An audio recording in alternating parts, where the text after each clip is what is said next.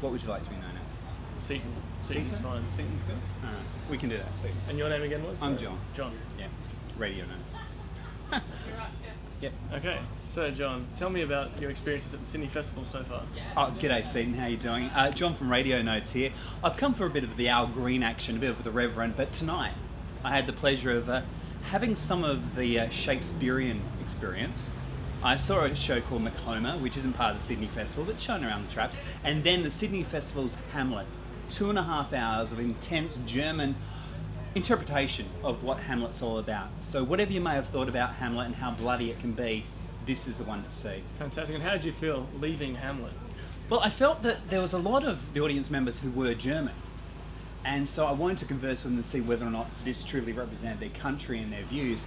And I had a deep sense of actually wanting to go and read the text, which is always a good thing, because I thought there was a bit of misinterpretation there, or was it just interpretation?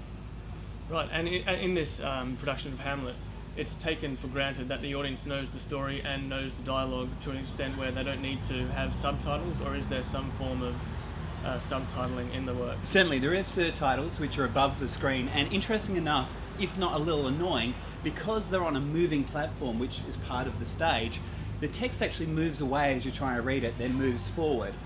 Good news though is the further back you are, so you might think you have the cheap seats out the back, but you can actually read it better. So maybe don't go for some of the front seats. Maybe sit up the back. Okay, and is there anything else that you've seen at this festival so far, or anything that you are planning to see in the future? Certainly. I'm only here for a couple of days, and I do apologise for that, because Sydney Festival is always a great time, but I've saved up the pennies. Up and coming Adelaide Fringe and Festival we've got, and of course that's in my hometown of Adelaide. But Mr. Al Green is going to be a big one tomorrow night, being Monday night. But I'm looking forward to just going and see some of the arts exhibitions that are around, because Sydney's opened up some of their artists to public spaces, and just walking down an alley and catching some of those. They're free, why not? Fantastic. And can you tell me, you're a broadcaster. Do you plan on broadcasting anything that you see here at the festival?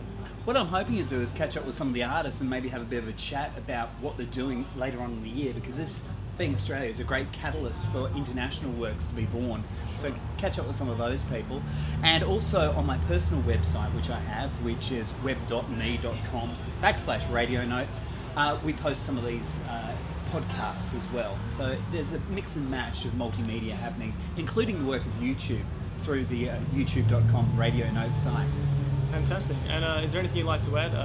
Anything you'd like to say to bring people to the festival, or to encourage them to come and attend some of these artistic events or musical events or stage events? Well, certainly. I think the important thing is, even if you don't perceive yourself as being a cultural person, maybe you're an accountant day in, day out, take the time out to go, even get the Optus Buddy that you get on your iPhone, and just have a look at what's on in 2 hours' time.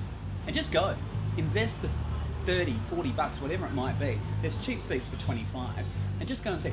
Take a gamble and go and see something to actually be educated and have something to talk about for a change. Fantastic. Thank you very much, John.